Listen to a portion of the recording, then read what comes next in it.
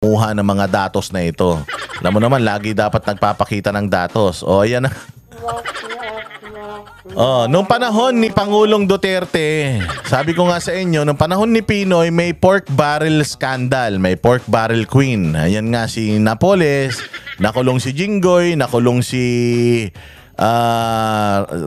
Enrile, nakulong din itong si Rubong Revilla. Tinawag silang mga pork barrel king. Actually, kasama din si Bongbong Marcos doon. Oo, kaya nga yun yung isang debate nila ni Cayetano na pag-usapin ng korupsyon, hindi daw umiimik si Bongbong. Bakit? Paano? Meron din siyang pera na inilagay sa mga NGO ni Janet Lim Napoles. Di ba? Kurakot. Nakulong yan si Janet Lim Napoles. Talagang nakulong din yung ibang mga senador. Takan-taka nga tayo, ba't hindi nakulong si BBM? Kasama din siya sa iskandalo na yun. Eto na. May pumalit na mga bossing. According to PCIJ, pork barrel king daw si Sandro Marcos at si Romualdez. Dahil sa 30 billion na mga allocables nila. Diyos ko po, ang kakapal ng mga mukha. Ikaw, Sandro Marcos, kabata-bata mo pa. Kakagraduate mo lang sa sa eskwela. Utang ina, magaling ka na kaagad magaling ka na kaagad gumawa ng pera.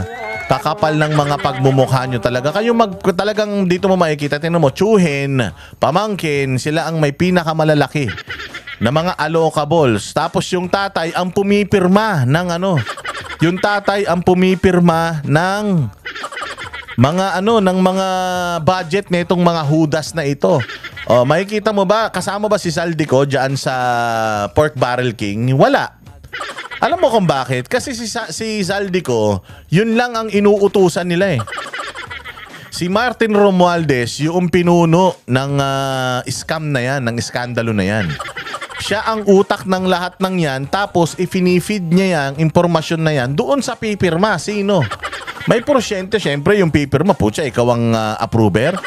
Tapos wala kang kikitain. Ito ang nakakatawa, yung majority floor leader, putya, may sarili rin siyang sindikato. So talagang dito, departamento ng pagnanakaw sa Pilipinas, si Romualdez ang utak, tapos si Sandro Marcos, ang tagagawa nila, ang errand boy nila, utusan nila, si Zaldico. Kaya nga daming alam ni Zaldico Kasi kung si Zaldico magnanakaw din siya, maglalagay din siya ng mga allocables niya. Syempre papagalitan siya ng mga ganid mga swapang. Sasabihin na, hoy, anong allocable? Di ka naman membro ng pamilya, pasahod ka lang namin. Ano ang sinasahod ni Zaldico sa kanila? Yung mga kontraktor mo, yung mga kumpanya mo na mga Sunwest na yan, yung mga construction firm mo, dyan natin ilalagay lahat. So kikita ka na. Kikita na yung kumpanya mo, tapos makikihati ka pa dito.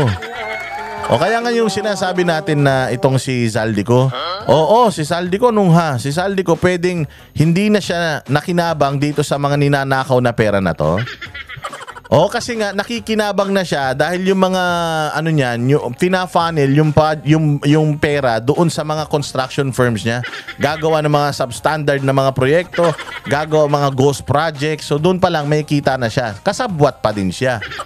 Pero sa totoo lang, talagang kung kumparahin mo yung kinikita niya sa kinikita nitong pamilya Pamilya Marcos Romualdez sa syndicate na ito, yung kanya talaga, ambon na lang, barya na lang, at proseso na yung kanya. Nakakahiya, nasisi tayo ng sisi sa mga Duterte, sisi tayo ng sisi kay Inday Sara, na may may mga pagnanakaw sa kanila, may ganito, confidential funds, 100 million, 600 plus million. Tapos ang budget ng opisina niya, wala pang 1 bilyon. Mas malaki pa actually yung allocables netong mga hudas na ito. Pangalawa si Inday Sara sa pinakamalakas, pinakamataas na posisyon sa Pilipinas, pero walang 1 bilyon yung budget niya sa isang taon. Ang budget natin sa flood control project, 1.5 billion araw-araw. Araw-araw yun ha. Samantalang itong opisina ng Vice President, ang daming natutulungan yan. Walang 1 bilyon isang taon. Nasaan ang hustisya dyan? O hindi ba talagang tinitipid nila ang Office of the Vice President para hindi mag-perform ng extra mile. Kumbaga hindi maging magaling ang opisina. Titipirin mo, sabi nga nila, pag tinipid mo sa nutrisyon, ang isang bata, talagang mahina ang pangangatawan niyan. So, pinapatay talaga nila ang function ng OVP para hindi mag-shine si Inday Sara. Kaya ganun lang budget. Mantakin mo 30 billion allocables, tumambad. Ano ba kasi ang allocable? Kayo talaga. Ano ba ang allocable? Para lang sa kaintindihan natin, ang allocable ay amount inserted in the budget usually inside DPWH projects earmarked for a specific congressman or senator even if their names does not publicly appear in the document. Kaya nga 'di ba? Yun yung sinasabi nila nung una. Bakit hindi mo nilagay sa NEP? Bakit nilagay mo pa sa insertion? Ba't nilagay mo pa sa BICAM? Kasi nga, sabi nga nila, sa may NEP, isa lang ang masisisi dyan. Presidente. Pero pag nilagay mo yan doon sa BICAM, maraming membro yung BICAM na yan. At saka hindi ikaw ang nag-oversee noong nung committee na yon. So, pwede silang masisi. Pero kung meron na kayong sistematiko nga na sindikato, yung BICAM, since alam naman nila na pipirmahan mo kahit anong katarantaduang gawin nila doon, pipirmahan mo pa din, hindi sila mabibisto kasi nga magkakasapakat kayo. Diba? So ngayon, nilalagay yon sa DPWH yung mga proyekto na yon, yung mga pera na yan, nilalagay sa DPWH, naka-earmark yan. Ibig sabihin, kumbaga naka-reserva yan. Yung pera naka-reserva sa congressman. Halimbawa, naka-earmark itong 100 billion kay Sandro Marcos. Kanya yan. Hindi mo pwedeng galawin yan. Ayan yun, not requested by the agency. Hindi ni-request ng DPWH yan. Pera yan na inilalagay nila sa DPWH. Kumbaga, ang DPWH, meron talaga silang function. May budget talaga sila. Tapos ngayon may mga proyekto yung DPWH na may pondo na. May mga proyekto naman, listahan ng proyekto yung mga DPWH na wala pang pondo na nire-request ng mga LGU, nire-request ng mga distrito. Andiyan lang yan, naka-prepare lang yan. So ngayon, ang gagawin ko, halimbawa, hindi ko sinasabing ganito ginawa ni Sandro. Pero para lang maintindihan ninyo, meron akong i-insert, meron akong ilalagay na 100 bilyon dahil sa akin yun eh. Ngayon, ilalagay nila yun kay DPWH. Si DPWH ngayon mamimili noong mga projects na hindi pa napopondohan, doon ilalagay yung budget na para kay congressman. Pag inilagay doon yung budget para kay congressman, ayan na. Yung mga kontraktor na nanalo ng mga bid na yon, ng mga proyekto na yon, magbibigay na ng kanilang mga payola. Yan na nga yung sinasabi ni Alcantara di ba? At saka ni Benaventura. Magbibigay na sila doon sa mga mag-a-advance na yung congressman kahit wala pa yung pera, wala pa yung proyekto, nag-a-advance na si congressman. Basta yan ngayon yung sisingilin ng DPWH ngayon sa ADB. Sa Department of Budget of the Philippines, DBM. Yan yung kukuhanan nila ng pera, i-allocate nila dyan. Pero gagawin ni contractor, ghost project o kaya substandard dyan. So yun yung yun yung gist, yun yung logic na itong allocable na ito. Sa mga hindi masyadong maalam, ako rin kasi hindi maalam, nagbasa-basa lang din ako eh. So ngayon, hindi yan nakalist sa National Expenditure Program or NEP. Usually added during House or BICAM deliberations. Yung sila-sila na lang, walang nakakaalam na iba. So talagang talagang pwede kang maglagay ng pagnanakaw dito. Actually, kung itong mga allocables na to, itong mga kasi para siyang nagiging pork barrel kasi nga pera na siya na hawak mo eh. O, tas yung pera na yan na hawak mo, pwede mong gamitin yan eh. Pwede mong gamitin sa proyekto, pwede mong hindi gamitin sa proyekto, basta sa'yo na yan. Pwede mong gamitin sa proyekto, ma-encash mo, tapos ano mo, ipang ano mo, tawag dyan, ipang bribe mo. Ginagamit ito sa mga infrastructure projects in the lawmakers district o functions like discretionary funds because the lawmaker influence where and how the money will be used. Bawal na bawal kasi na ang congressman ang mamimili ng proyekto. Pork barrel nga kasi yun. O ngayon, ginawa nila yung pork barrel, binawal na yan ni nila Greco Bellica doon sa Presidential Anti-Corruption Commission. Binawal na nila yung pork barrel. Wala ng pork barrel, wala ng PDAF, wala na yun. Pero gumawa sila ng bago. Ito nga, yung mga allocable. Ibig sabihin, naka-earmark na yan sa kanila. Pera na yan na sa kanila. Bawal na bawal humawak ng pera ang mga congressman. At yung mga congressman na ito, since naka-earmark sa kanila yung pera na yan, sila namimili ng mga proyekto. At yung mga proyekto, minsan dinadala nila sa kanilang mga distrito. Oy, kasi lugi ka talaga dyan. Halimbawa, katulad dyan, tatay mo, presidente, uncle mo, Speaker of the House, tapos ikaw, majority floor leader ka, o tapos mayroon kang distrito. Ang liit-liit ng distrito mo, hindi naman kumikita yung distrito mo. Wala namang ambag yung distrito mo sa kinikita ng Pilipinas. Napakaliit na yung pinapasok na pera ng distrito mo. Tapos lahat ng proyekto nasa distrito mo. Bawat kanto sa distrito mo may mga kung ano-anong mga infrastruktura.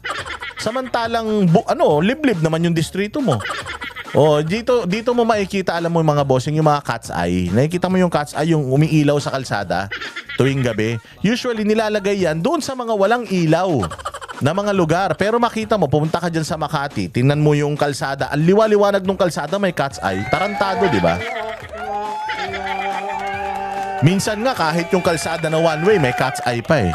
Ganun kakurap ang mga hudas na yan. So, yun ang problema sa pork barrel, okay? Yun ang problema sa mga allocables. Pera mo yan, ikaw yung parang nangyayari, nagkakaroon ka ng pera, nagkakaroon ka ng mga proyekto na pipiliin, pwede mong ilagay lahat yan sa distrito mo. Eh, siyempre, malakas kayo, tatay mo, lahat kayo ang may hawak nung Pilipinas eh. So yun yung iniiwasan natin para nga maganda, pantay-pantay yung mga proyekto sa lahat ng mga probinsya. O bakit nagiging controversial yung allocable? O kasi nga they resemble the old PDAF or pork barrel but hidden inside project listings. O hindi yan talaga pera ko o budget ko napipili, hindi na siya ngayon ganun. Nakalagay na siya sa DPWH budget. Inilalagay nila doon, naka-earmark, ibig sabihin naka-reserva yun sa'yo. Wala siya mismo sa kamay mo, parang pinatago mo lang sa kanila, pero sa'yo yun. So gagalaw ang DPWH according sa kumpas mo. Eh syempre, pag ikaw ang kumumpas, may kita ka dun. Diba? So yun yung bawal doon. They give lawmakers substantial control over project funds. There is no transparency on who inserted and which amount. Kasi nga, nilagay mo sa DPWH eh. So ngayon si DPWH yung masisisi. O bakit mo inallocate kay Sandro Marcos? O kasi nga, so masisisi, DPWH, ang DPWH, sa kanila mababagsak yung sisi. Pero sa totoo lang, yung mga naglagay ng mga pera na yan, nakareserba na yan talaga doon sa mga congressman na naglagay niyan dyan. Doon nga yan nahihilot sa BICAM, which is ilang tao na lang yun nandoon kasama appropriations chairman. Sila na ang maglalagay. Kung si appropriations chairman, inutusan ng Speaker of the House, ito yung pera ko, ito yung dapat sa akin, meron ako dapat 50 billion, ilagay mo sa DPWH. Akin yan Akin yan. O si Sandro, meron din. Magkano? 50 billion din. O ilagay mo dyan, kanya yan. Si Bongbong, meron din. Magkano? 100 billion. O sige, kanya yan. O dahil may mga proyekto, porsyento lang yung kanila. O ganun yung lumalabas nun. O there is no transparency on who inserted the amount. They can run into billions of pesos per lawmakers. Nako po. Technically, allocables are not illegal. Oo, hindi naman illegal kasi nasa proseso yan. Parang insertion yan eh. Hindi naman siya illegal. Kaya nga tinatanong natin kay Risa Ontiveros meron kang insertion na ganito kalaki. May mga flood control ka pa, hindi mo naman advokasya yan. Bakit dinideny mo na meron kang insertion pero lumalabas sa listahan na meron ka talagang insertion? Kasi nga hindi naman masama ang insertion. Nagiging masama lang insertion kung binulsa mo yung pera eh. Okay man lang kung yung pera napunta sa proyekto, kung yung pera, lahat ng pera napunta sa sa mga serbisyo. Okay lang kahit nga overpriced, basta napunta sa serbisyo, walang problema eh. Ang problema is yung mas malaki yung komisyon kesa dun sa napunta sa taong bayan. Part yan ng final budget law. The controversy is how they inserted outside the NEP without agency justification. Yun ang mahirap eh. Yung inilagay mo dyan ng kayo-kayo lang nakakaalam, tapos hindi nyo pinapaalam unang-una sa lahat dun sa mga bumalangkas ng batas ng budget at saka sa mga senador, tapos kayo-kayo lang naghati. Di ba? So ngayon mga bossing, ayan. Tinawag ngayon itong mag-tsuhin na ito na Pork Barrel Kings. Ngayon, bakit hindi pa ito? Ba't hindi pa sila nasususpinde? Hindi ba mas unethical itong ginagawa nitong mga hudas na ito kaysa sa ginawa ni Kiko Barsaga na naglalabas lang naman ng sama ng loob? Again tayo ay nagre-react lamang dito sa report ng PCIJ. They can always deny it pero mukhang wala pang nagdi-deny. Yan ang problema natin mga bossing. Tapos panay ang silip natin kay BP Sara, panay ang silip natin kay sa mga Duterte, kay Pulong Duterte, pero may mga ganito. Kami ang boses ng masa, hindi natatakot. Katotohanan lang, di kami nalulunod. Walang bahid ng sismis, lahat ay totoo. Kahit sino ka pa, pag mali ka babanatan ka. Walang pinipili kulay, wala kaming kinikilingan. Basta para sa bayan, kami lalaban. Pagdama palakpakan, pag mali banatan. Di matitinag, di matatakot, para sa bayan tuloy ang sigaw. Sa harap ng kamera, walang halong takot. Mga baluktot, lahat kayo'y tutumba. Ang hustisya at totoo, yun lang ang mahalaga. Kahit sinong harang, di kami matitinag. Walang pinipiling kulay, wala kaming kinikilingan. Basta para sa bayan, kami lalaban. Pagtama palakpakan, pag mali banatan. Di matitinag, di matatakot, para sa bayan tuloy ang sigaw. Kung nasa tama ka, ikaw ay aming kasama. Pero pag mali ka, handa ka na bang mabasag? Banateros kami, walang inuunan, dahil bayan muna bago ang sarili.